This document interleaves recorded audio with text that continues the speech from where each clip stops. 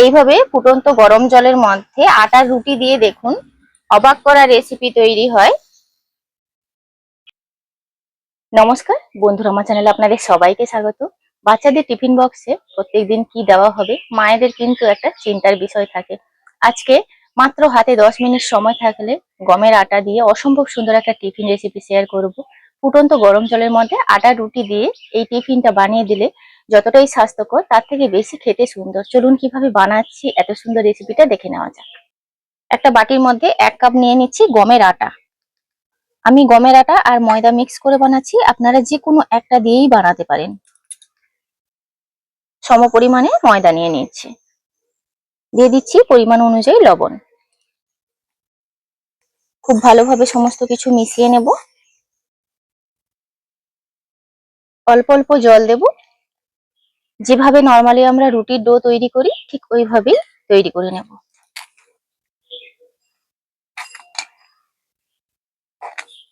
ডোটাকে আমি এইভাবে মাখিয়ে নিয়েছি, এবার ছোট ছোট লেচি করে নেব।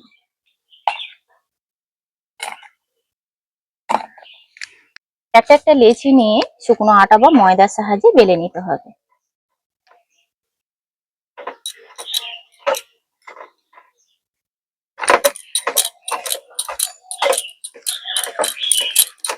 এইভাবে রুটির মতন করে পাতলা করে বেলে নিয়েছি।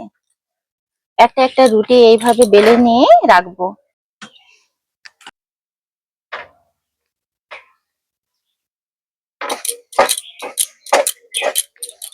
এইভাবে একটা একটা রুটি বেলে নিয়ে রাখছি। একটা কড়াই বসিয়ে দিয়েছি, কড়াইয়ের মধ্যে জল দিয়ে দেবো।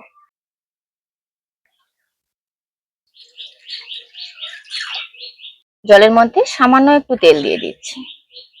জলটাকে আমি ফুটিয়ে নেব। জলটা এখানে ফুটতে শুরু করেছে, এবার একটা একটা করে রুটি দিয়ে দেব।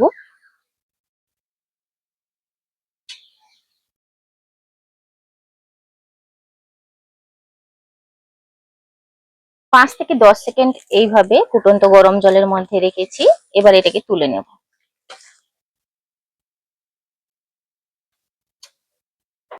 এইভাবে ফুটন্ত গরম জলের মধ্যে আটার রুটি দিয়ে দেখুন, অবাক করা রেসিপি তৈরি হয়।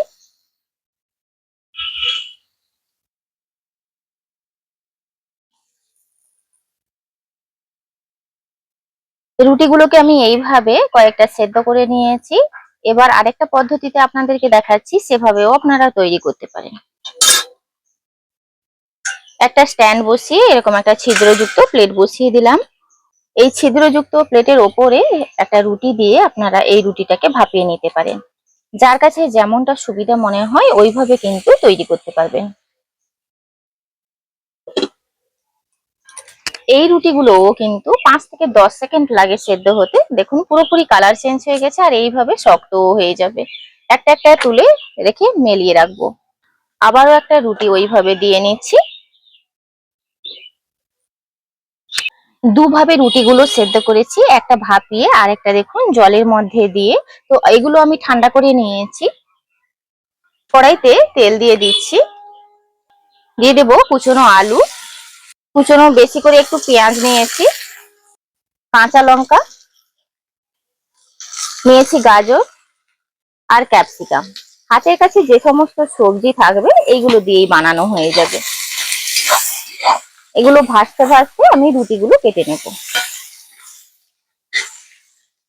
দিয়ে দিচ্ছি পরিমাণ অনুযায়ী লবণ।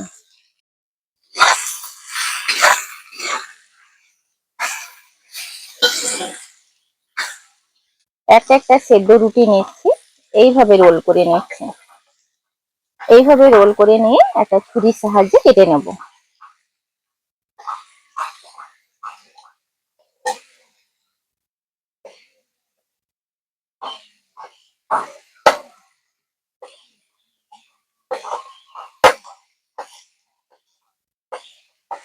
এইভাবে করে কেটে নিচ্ছি, যে যার পছন্দ অনুযায়ী কেটে নেবেন, সেক্ষেত্রে কোনো সমস্যা নেই। বাজারের অস্বাস্থ্যকর নুডলস আপনারা না কিনে এইভাবে ঝটপট হাতে 10 মিনিট সময় থাকলে বানিয়ে দিতে পারবেন।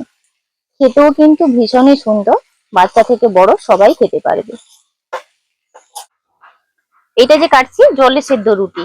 জলে সেদ্ধ রুটি আর ভাপানো রুটির মধ্যে দুটোর মধ্যে একটু পার্থক্য থাকবে। জলে সেদ্ধ রুটিগুলো একটু বেশি নরম হবে আর ভাপানো রুটিগুলো একটু কম নরম হবে, কিন্তু শক্ত হবে না।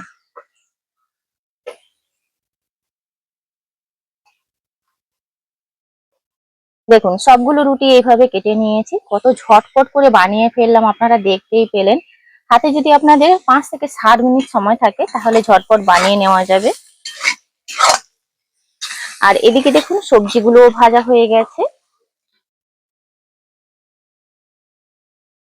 এই রুটিগুলো এবার এর মধ্যে দিয়ে দিলাম।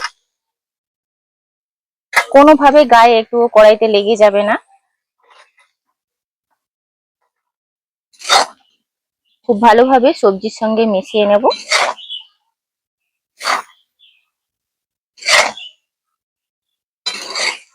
হাতের কাছে কি হয়, অনেক সময় নুডলস থাকে না, বাচ্চারা বায়না করে, আপনারা ঝটপট আটা রুটি দিয়ে কিন্তু এইভাবে বানিয়ে দিতে পারেন। কতটা ঝরঝরে হয়েছে আপনারা দেখতেই পাচ্ছেন। তো আপনারা দেখতেই পাচ্ছেন কড়াইতে কিন্তু বিন্দু মাত্র লাগার কোনো চান্স নেই। এইভাবে একটু নাড়াচাড়া করে ভেজে নিচ্ছি। কোনোভাবে রুটিগুলো কড়াইতে লেগেও যাচ্ছে না।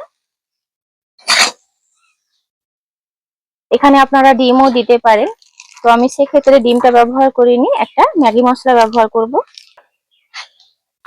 এতে করে খেতে ভালো লাগবে।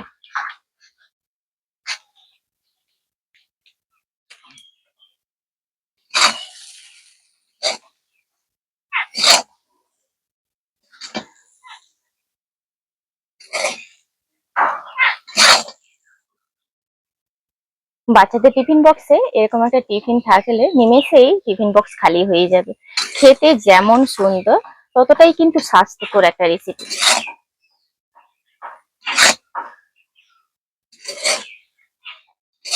কত সুন্দর ঝরঝরে হয়েছে আপনারা দেখতেই পাচ্ছেন।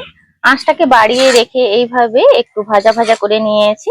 এবার নামিয়ে নেব, এটা পুরোপুরি তৈরি।